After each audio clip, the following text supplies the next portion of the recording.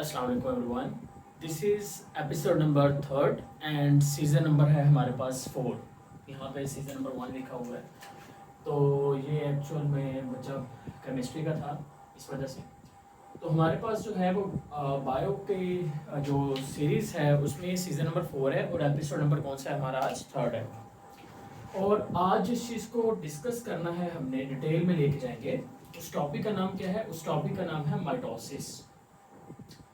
तो ये वाला टॉपिक जो है बेटा कवर करेंगे आज हम। उससे पहले जो है बेटा अटेंडेंस जो है वो मेक श्योर करते हैं सभी स्टूडेंट्स अपनी, जल्दी करें, हरी अप। और जो भी क्वेश्चन होगा वो मैं सुन रहा हूँ, तो आप लोग जो हैं वो स्ट्रेट फॉरवर्ड क्वेश्चन फ्रेम कर सकते हैं। बट फर्स्ट ऑफ ऑल आप अपना हैंड रेज करेंगे, देन आपको अलाउ कर दिया जाएगा एंड देन आफ्टर जो है आप क्वेश्चन कर सकते हैं। ठीक है बच्चा? अच्छा तो अब इस टॉपिक के अंदर जो चीज़ें मैंने कवर करवानी है उनको ज़रा सुन लो। उससे पहले मैं आपको ये बता दूं कि ये जो नया सिलेबस है आपके, उसके रिगार्डिंग लेक्चर्स हैं। और अभी की बार जो पेपर आएगा वो बिल्कुल सिंपल नहीं आएगा जैसे प्रीवियस जो पेपर्स आते रहे हैं, या आप लोग पास पेपर देखोगे बायो के, तो वहाँ पे क्वेश्चन पूछते थे कि व्हाट इज़ माइटोसिस, और पूछ लेते थे कि जो माइटोसिस होता है उसके स्टेप्स कौन कौन से होते हैं, फेजेस कौन कौन से होते हैं, कैरियोकाइनेसिस क्या है, साइटोकाइनेसिस क्या है। लेकिन अब की बार क्योंकि सिलेबस अपडेटेड है, उनकी कोशिश ये है कर रहे हैं एक्चुअल में कि जो एनालिटिकल क्रिटिकल एनालिसिस के क्वेश्चन है ना वो पेपर में फ्रेम करके दिए जाए। और याद रखना, this is the best chapter जहाँ से एनालिसिस वाले क्वेश्चन जो है वो फ्रेम हो सकते हैं। जैसे कि जो आपका सीजन नंबर, अगर हम बात करें 3rd और सीजन नंबर 4 जो है, इसमें से एनालिटिकल बेस्ड बहुत सारे क्वेश्चन निकलेंगे। पहले तो मैं बता दूं कि माइटोसिस क्या है, इस टॉपिक को पीछे वाले टॉपिक के साथ लिंक कर देता हूँ। हमने शुरू की थी बात कहाँ से? हमने बात शुरू की थी सेल साइकिल से। हमने कहा था कि सेल साइकिल क्या होता है? सेल साइकिल कहते हैं कोई भी ऐसी चीज जो जहां से शुरू हो वहीं पे खत्म हो जाए, उसे साइकिल कहते हैं। सेल साइकिल के मैंने बोला था कि 2 स्टेप्स होते हैं। पहला जो सेल साइकिल का स्टेप्स होता है उसको हम क्या नाम देते हैं? उसको हम नाम देते हैं इंटरफेज का। सेल साइकिल का जो पहला स्टेप था जिसमें सेल खुद को डिवाइड होने से पहले खुद को प्रिपेयर करेगा, वो कौन सा फेज था? इंटरफेज था। फिर मैंने कहा था कि इंटरफेज के बाद जो सेल है वो किस फेज में जाएगा? वो जाएगा माइटोटिक फेज के अंदर। अब जो माइटोटिक फेज है बेटा, इस माइटोटिक फेज के आगे चल के आगे 2 मेन इसके डिविजन्स होती हैं। एक को हम नाम देते हैं माइटोसिस का और दूसरे को हम नाम देते हैं मियोसिस का। जिन बच्चों ने एपिसोड नंबर 1 कवर किया हुआ है उन्हें तो ये बात का आइडिया होगा, बल्कि उनकी ग्रिप आज और भी अच्छी होने वाली है। तो मैंने आपको तब बताया था कि माइटोसिस जो होती है वो एक ऐसी सेल डिवीजन होती है जिसमें पहले सेल साइकिल देखो। सेल साइकिल क्या है? ये एक छोटा सा सेल है। सबसे पहले ये सेल साइज में क्या होगा? ये बड़ा होगा। जब ये साइज में बड़ा हो जाएगा फिर ये 2 सेल्स में डिवाइड हो जाएगा। ठीक है, तो देखो छोटे सेल से बात शुरू हुई, छोटे सेल पे खत्म होगी, तो ये एक सेल साइकिल हो गया। ठीक है, अब सेल साइकिल में ये वाला जो फेज है जिसमें ये पहले खुद को प्रिपेयर कर रहा है, इस फेज का नाम क्या है? इस फेज का नाम है इंटरफेज। और फिर ये वाला जो फेज है जिसमें ये खुद को डिवाइड कर रहा है और यहाँ पे डॉटर सेल बन रही है, ये आपके पास कौन सा फेज है? ये है माइटोटिक फेज। माइटोटिक फेज में आगे मैंने बोला 2 तरह के होते हैं, माइटोसिस और मियोसिस। माइटोसिस जो होती है इसमें पता क्या होता है? ये एक सेल था, ये एक सेल, इसमें फर्ज कर लो 46 क्रोमोसोम है। क्रोमोसोम पता है ना कहाँ होते हैं? प्रीवियस मैंने आपको पढ़ाए थे न्यूक्लियस वाला टॉपिक के अंदर, राइट ना? तो इसमें 46 क्रोमोसोम है। अब जब ये एक सेल 2 सेल में ऐसे डिवाइड हो जाए और इन आगे वाले दोनों सेल्स के अंदर 46 क्रोमोसोम आ जाए, तो उसको हम क्या कहते हैं? हम कहते हैं कि ये माइटोसिस है। तो माइटोसिस में एक सेल से आगे कितने सेल्स बनेंगे? 2 सेल्स बनेंगे। मतलब पहली बार जब हम माइटोसिस की डेफिनेशन लिखेंगे तो वहां पर ये डेफिनेशन के अंदर हमने ये चीज इनकॉर्पोरेट करनी है, डॉटर सेल वाली।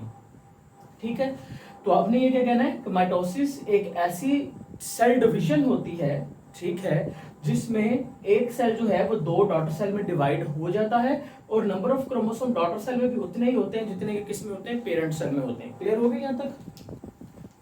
हाँ जी। अटेंडेंस शीट आ गई है?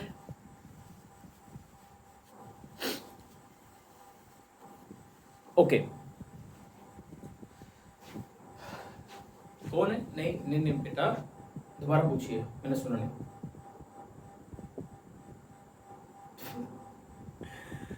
ये एक स्टूडेंट है, ये कह रहा है कि सर हम इसको हम सन सेल क्यों नहीं कहते? मतलब सेल डिवाइड हुआ तो आगे जो सेल बने हैं इन सेल को सन सेल क्यों नहीं कह रहे? तो मैं तुझे एक बात पूछता हूँ, मुझे आंसर बताओ। तुम्हारे घर में क्या कभी कोई मेल प्रेग्नेंट हुआ है?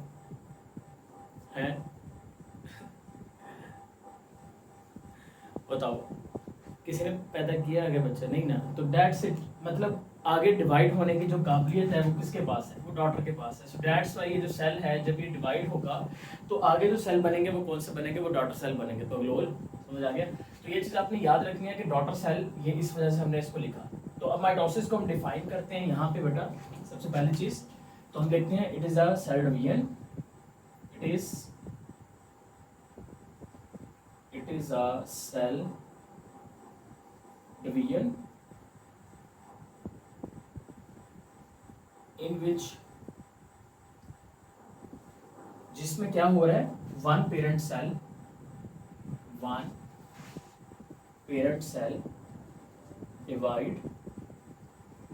divides to form डिवाइड होता है और क्या बनाता है? two daughter cell and number of chromosome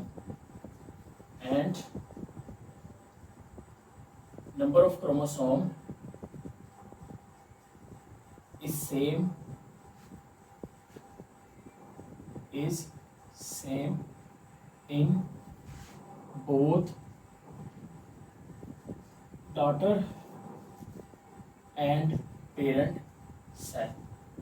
clear होगी बात? तो मैंने डेफिनेशन में यही लिखा है कि एक सेल डिवाइड होता है, वो दो सेल बनाता है, और डॉटर सेल के अंदर नंबर ऑफ क्रोमोसोम भी उतने होते हैं जितने के पेरेंट सेल के अंदर होते हैं। अब माइटोसिस में क्योंकि नंबर ऑफ क्रोमोसोम क्या रह रहे हैं? सेम रह रहे हैं, तो इसी वजह से माइटोसिस का एक और नाम भी होता है। हम इसको कहते हैं कि it is the equational division.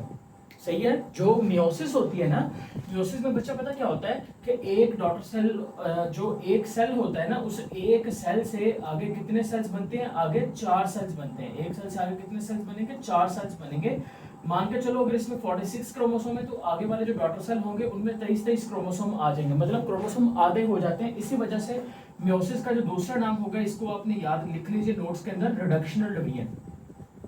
वैसे मैं नोट्स जो है वो डिस्क्रिप्शन के अंदर जो है वो ऐड कर दूंगा, और व्हाट्सएप के चैनल का लिंक भी, और मैंने ये शीट्स आपको प्रोवाइड कर दूंगा जिसमें एमसीक्यूज मौजूद होंगे। वो टेस्ट आपने लाजमी तौर पर इवैल्यूएट करना है।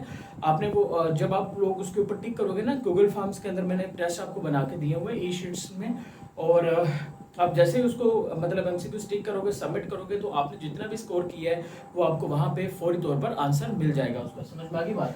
तो वो फ्री है, उसको हल करना तो मैं वहाँ पर उनके लिंक्स जो है वो प्रोवाइड कर दूंगा। अच्छा, अब माइटोसिस जो है उसको मैंने क्या बोला कि कौन से डिवीजन का नाम देना है? इक्वेशनल डिवीजन, बिकॉज इसमें नंबर ऑफ क्रोमोसोम सेम रह रहे हैं, इसमें नंबर ऑफ क्रोमोसोम क्या रह रहे हैं? डिफरेंट हो रहे हैं, मतलब कम हो रहे हैं। हमारी बॉडी में ना 2 तरह के सेल्स होते हैं। एक को नाम दिया जाता है सोमैटिक सेल्स। एक सेल्स को क्या नाम देते हैं? सोमैटिक सेल्स का नाम देते हैं, और दूसरे सेल्स को नाम देते हैं जर्म लाइन सेल्स। ये एमसीक्यू याद रखना है आपने।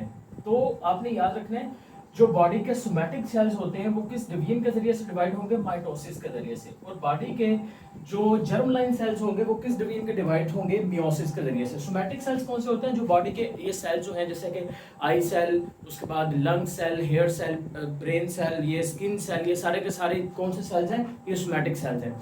और जर्म लाइन सेल्स कौन से होते हैं बच्चे? इसमें सिर्फ 2 आप याद रखोगे, एक आप याद रखोगे स्पर्म और दूसरा एग सेल। तो ये 2 सेल्स जो हैं ये आपने याद रखना है, ये जर्म लाइन सेल्स हैं, और जो बाकी होंगे ये इनको बाकी बॉडी के इन 2 सेल्स के अलावा बॉडी के बाकी जितने भी सेल्स हैं वो सारे के सारे कौन से होंगे? These are included in the somatic cell, वो सोमैटिक सेल में इंक्लूड हो जाएंगे। क्लियर होगी बात यहाँ तक?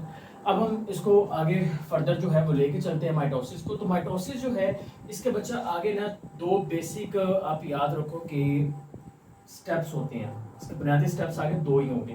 पहले को आप नाम दोगे कैरियोकाइनेसिस का, और दूसरे को हम फेज को नाम दे देते हैं साइटोकाइनेसिस का नाम दे देंगे। कैरियोकाइनेसिस के आगे भी स्टेप्स हैं, फेजेस हैं इसके। पहला फेज इसका होगा बेटा, इसको आप नाम दोगे प्रोफेज का। इसका दूसरा फेज होगा जिसको आप नाम दोगे मेटाफेज का। इसका तीसरा फेज होगा जिसको आप नाम दोगे एनाफेज का, और इसका एक चौथा होगा जिसको आप नाम दोगे टीलोफेज का। समझ में आ गई बात?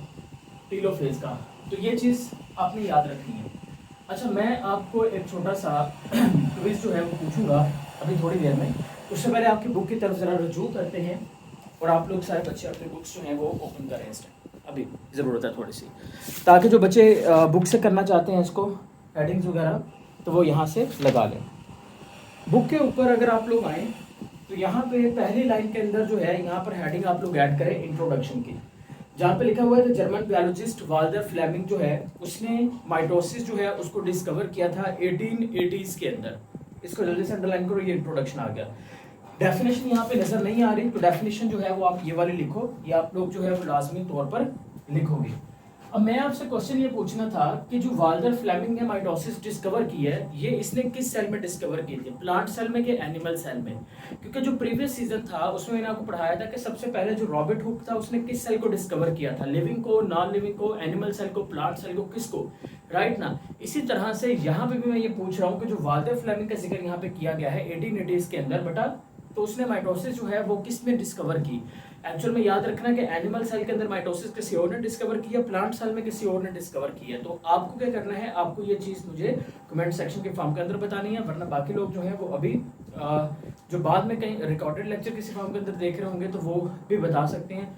और आपको अगर बाकी लेक्चर्स चाहिए बेटा तमाम सब्जेक्ट्स के तो इस नंबर के ऊपर कॉन्टैक्ट कर लेना, 0302776296 सब्सक्रिप्शन ले लेनी है सिर्फ एक ही बार में, और डेट सेट उसके बाद आप पेपर्स तक जो है वो हमारे साथ अटैच रहेंगे और इंशाल्लाह आपके बहुत अच्छे ग्रेड्स जो हैं वो आएंगे, क्योंकि यहाँ पर आपको सिर्फ पढ़ाएंगे नहीं बल्कि जस्टिफिकेशन और एनालिटिकल स्किल के जो क्वेश्चन है वो भी सोल्व कराऊंगा। अब लेट्स सपोज दैट पहला एनालिटिकल क्वेश्चन बनता है why mitosis is called equational division. तो आपको माइटोसिस को इक्वेशनल डिवीजन क्यों कह रहे हैं, तो आपने कहना है कि माइटोसिस में नंबर ऑफ क्रोमोसोम क्या होते हैं, सेम रहते हैं, तो इसी वजह से इसको इक्वेशनल डिवीजन का नाम देते हैं।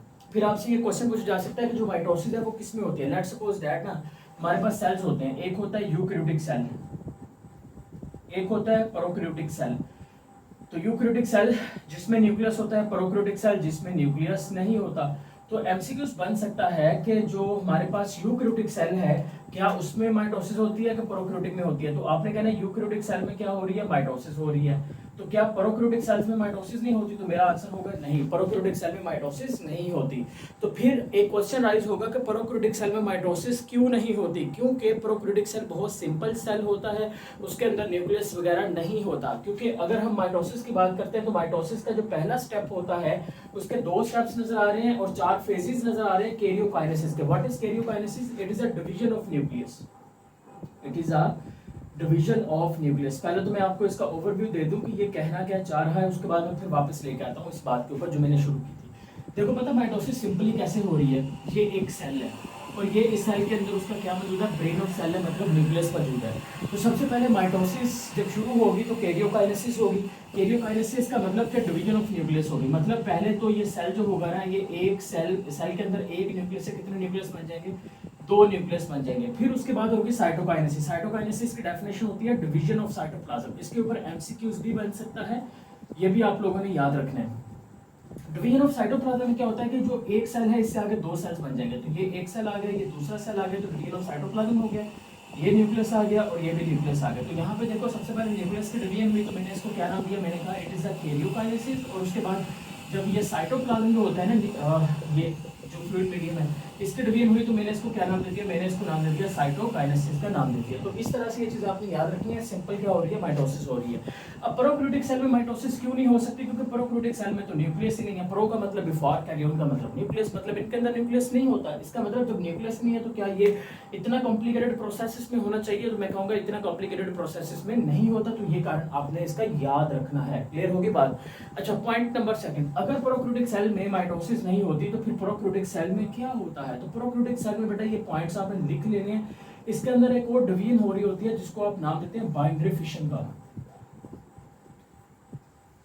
क्योंकि इसी सीजन के अंदर ना आगे चल के ये टर्मिनोलॉजी जो है वो यूज होनी है। तो फिर आपने कहना था कि सर ये क्या चीज आ गई, कहाँ से आ गई, तो फिर इसलिए मैंने यहीं पर इसको इनकॉर्पोरेट कर दिया ताकि आपको पता रहे कि माइटोसिस और बाइनरी फिशन ऑलमोस्ट एक जैसे होती है।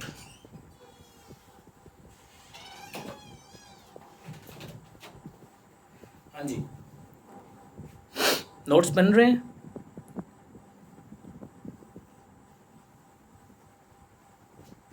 नहीं बेटा, उसमें पता क्या होता है, वो जो नोट्स नीचे मैं डिस्क्रिप्शन में प्रोवाइड करता हूँ ना, उसमें ये होता है कि उसमें आपको टॉपिक थारोली कवर किया जाता है। उसमें मैं एक्स्ट्रा पॉइंट भी हाईलाइट करता हूँ और एमसीक्यूज भी हाईलाइट किए जाते हैं उस टॉपिक से रिगार्डिंग, सारी कवर होते हैं। समझ में आ गई बात? तो वो एक्स्ट्रा जो होते हैं वो आप ज़रूर कवर अप करें। उसके अलावा एमसीक्यूज की प्रैक्टिस के लिए हमारे आपको पता है कि सेशंस भी होते हैं। उसके अलावा मैंने आपको टेस्ट भी प्रोवाइड किए हुए हैं जो कि आप ऑनलाइन हल कर सकते हैं। तो वो सब कुछ आपके पास अवेलेबल है। बट अब किस चीज़ की ज़रूरत है? आप सब लोगों की मेहनत की ज़रूरत है। समझ में आ गई बात? तो ये चीज़ आपने याद रखनी है। अच्छा, अब हम इससे आगे जो है वो बात शुरू करते हैं।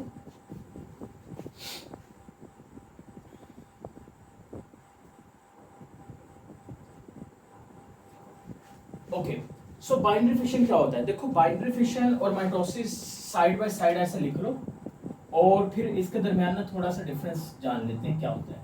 सिमिलैरिटीज क्या होती हैं और डिफरेंसेस क्या होते हैं, तो दोनों चीज़ें मैं आपको बता दूंगा।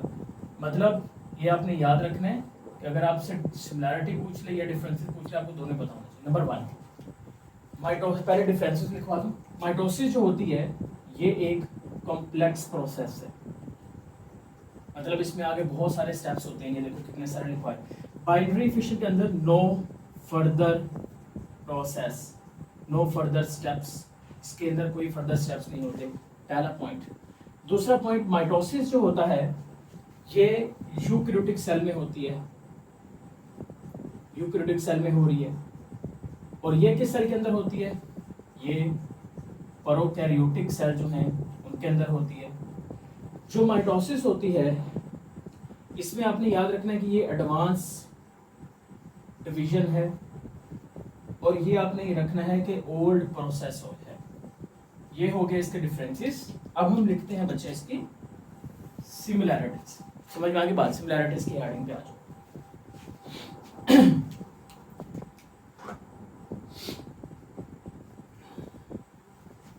माइटोसिस और ये क्या आ गई?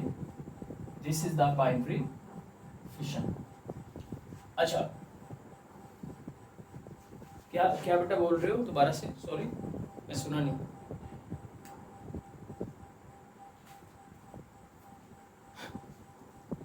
बच्चा कह रहा है कि सर अगर लेट्स सपोज डैट वो हमसे सिमिलैरिटी पूछ लें और हमें ना आती हो तो हम डिफरेंसेस लिखाएं उसी को बना के वहाँ पे। बेटा तेरा हाल ना उस पठान की तरह का है। एक पठान था, उस पठान के ना मतलब सर से ना खून निकल रहा था। तो पठान जो है ना वो चला गया, हॉस्पिटल चला गया। सही है, हॉस्पिटल चला गया तो वहाँ पे खून उसके सर से यहाँ से बह रहा है। पहुँच गया तो नर्स जो थी उसने खून साफ किया। उसने कहा खान साहब क्या हो गया आपको, चोट कहाँ से लगवा ली? तो कहता माड़ा क्या बताएं हम आपको, हम जूते के साथ जो है वो दीवार के अंदर कील ठोक रहा था। करीब से पंजाबी गुजरा, उसने कहा माड़ा थोड़ा दिमाग का इस्तेमाल करो। तो हमने दिमाग का इस्तेमाल किया है और कुछ नहीं किया। तो वो हाल तेरा बेटा, दिमाग का इस्तेमाल करो मतलब वो सर मारना शुरू कर दिया उसने, ले तेरी पगलो, ले कर दिया उसने। तो बताने का मकसद ये है कि भाई जो डिफरेंस है वो उधर डालो, जो सिमिलैरिटी है वो उधर ही रहने दो। सही है, इसलिए तो अलग अलग लिखवा रहे हैं। क्या बात करते हैं यार। अच्छा जी, माइटोसिस जो है उसमें भी एक सेल आगे कितने सेल में डिवाइड हो रहा है? मैंने बोला 2 सेल में डिवाइड हो रहा है। बाइनरी फिशन में भी 2 डॉटर सेल बनते हैं। तो मैं यहाँ पे कहता हूँ 2 daughter cell form, 2 daughter cell form. इसमें 2 डॉटर सेल बनते हैं, इसमें भी 2 डॉटर सेल जो हैं वो बनते हैं। समझ में आ गई बात? सेकेंड पॉइंट की अगर हम बात करें तो आपने याद रखना है कि जो माइटोसिस होती है या बाइनरी फिशन होती है, it is a cell division और ये एसेक्सुअल रिप्रोडक्शन में होती है, एसेक्सुअल रिप्रोडक्शन में होती है और ये भी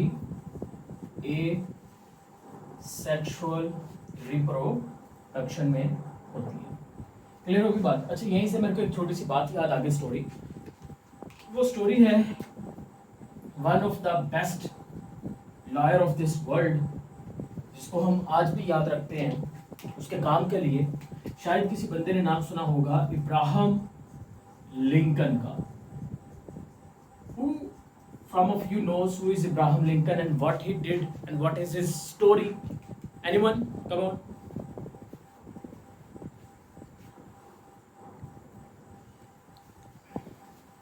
अच्छा, बाकी जो स्टेप्स है वो मैं आपको कवर करवाता हूँ नेक्स्ट वाला जो आपका होगा एपिसोड उसके अंदर। तो जो बच्चे जाना चाह रहे हैं वो चले जाएं, जिसको जानना है वो रुक सकता है। अब्राहम लिंकन कौन था? अमेरिका का जो राष्ट्रपति है, 16वें राष्ट्रपति, 16th यूएस प्रेसिडेंट, वो कौन था? वो आपके पास था इब्राहम लिंकन था। इब्राहम लिंकन जो था ना, इसको पढ़ने का बड़ा शौक था। और ये फेमस किस लिए है? फेमस इसलिए है कि इसने स्लेवरी जो थी ना, गुलामी जो थी, जो कि लीगल थी, मतलब गुलाम खरीदो फरोख्त करना लीगल था, इसलिए अमेरिका के अंदर उसको इलीगल कर दिया। 1865 के अंदर इसको मार भी दिया गया इसी वजह से। तो कुछ लोगों की जिंदगी जो होती है वो उनके मकसद से ज्यादा बड़ी होती है, और ये वो उन बंदों में से है जिसके ऊपर हम ये बात वाज़ेह तौर पर कह सकते हैं, beauty cannot control a man. याद रखिएगा, मैंने ये नहीं लिखा कि beauty can not control a boy, मैंने कहा beauty can not control a man, and this is fit on the Abraham Lincoln. याद रखिएगा ये चीज़। तो इब्राहम लिंकन के ऊपर ये बात क्यों कर रहा हूँ मैं? क्योंकि इब्राहम लिंकन ही वो बंदा है जिसने जिसको थिएटर के अंदर मारा गया था। ये एक मूवी देख रहा था द अमेरिकन क्रूसेड्स के नाम से, और इसको फायर करके मार दिया गया। तो ये इसको पढ़ने लिखने का बहुत शौक था, बहुत गरीब परिवार से था, और डेफिनेटली तौर पर ये एक लाइब्रेरियन के पास चला गया, वहाँ पर उसका काम करता और वो बदले में इसको किताबों को पढ़ने के लिए देता। वहाँ पे जब ये बड़ा हुआ तो वहाँ पे इसके एरिया के अंदर जो है वो एक खूबसूरत महिला आ गई, और उसने आके इसको क्या किया, रुझाने की कोशिश की, इसको अपनी तरफ माइल करने की कोशिश की। एंड देन आफ्टर ये बंदा जो था ये टोटली फोकस्ड था, इसका फोकस, इसका पर्पस, इसका गोल लाइफ का यहाँ पर था। तो इसने उस चीज़ को साबित किया। समझ में आ गई बात? और ये बात हकीकत भी है। जो लोग वाकई में अपने पर्पस के लिए बिल्कुल निश्चित रहते हैं, उनके लिए ये बिल्कुल परफेक्ट सेंटेंस है, beauty can not control a man. More over मैं आपको एक लिविंग एग्जांपल देता हूँ। अगर ब्यूटी सच में मैन को कंट्रोल कर सकती हुई तो इस दुनिया में सबसे खूबसूरत लेडी जो प्रिंसेस डियाना थी, उसका जो हस्बैंड था, जो प्रिंस था, वो कभी भी उसको चीट नहीं करता। इट्स मीन्स डैट मतलब वो उसको छोड़ के नहीं जाता। तो that's means that beauty can not control a man. Remember that the only thing which can control any man, it is a respect parameter. You can kill a man not with beauty but only with respect. Remember that. You can kill a boy with beauty but you cannot kill a man with beauty, but you can kill a man with respect. So always remember that the respect is the most important in the life, and this is a short story of the Abraham Lincoln. Hope so आपको एक extra knowledge भी मिल गया, और ये concept जो है ये भी आपको कवर अप हो चुका होगा। अब आपने ये टॉपिक लिखना कैसे है वो मैं आपको बता दूं। सबसे पहले आपकी हेडिंग आएगी इंट्रोडक्शन की। इंट्रोडक्शन में आपने वो लिखना है, वाल्टर फ्लेमिंग 1880 के अंदर उसने डिस्कवर किया था माइटोसिस को, किसके अंदर? एनिमल सेल के अंदर। फिर उसके बाद आपने यहाँ पे लिखनी है डेफिनेशन। डेफिनेशन ये जो मैंने बताई है यही आप लिखोगे। फिर उसके बाद आपने हेडिंग बनानी है point two pounder. Point two pounder में आपने लिखना है कि जो माइटोसिस होती है वो एक इक्वेशनल डिवीजन होती है, क्योंकि इसमें नंबर ऑफ क्रोमोसोम जो होते हैं वो सेम रहते हैं। फिर उसके बाद आपने यहाँ पर क्वेश्चन लिखना है what is the similarities and differences between mitosis and binary fission. फिर कॉन्सेप्चुअल क्वेश्चन लिख लो बुक्स के अंदर कि माइटोसिस जो है वो सिर्फ यूकैरियोटिक सेल में ही क्यों होती है, why mitosis does not happen in the prokaryotic cell. MCQs में देखो कि जितने भी सोमैटिक सेल्स हैं उनमें कौन सी डिवीजन हो रही होती है, माइटोसिस या मियोसिस। और फिर वो बच्चे को तो क्वेश्चन आंसर मिल ही गया होगा कि जो पेरेंट सेल डिवाइड हो रहा है तो डॉटर सेल क्यों बन रहे होते हैं। क्लियर होगी बात? इसके जो नोट्स होंगे वो मैं ऐड कर दूंगा डिस्क्रिप्शन के अंदर। आपको कोई क्वेश्चन होगा तो वो डेफिनेटली आप पूछो सारे लोग। हरी अब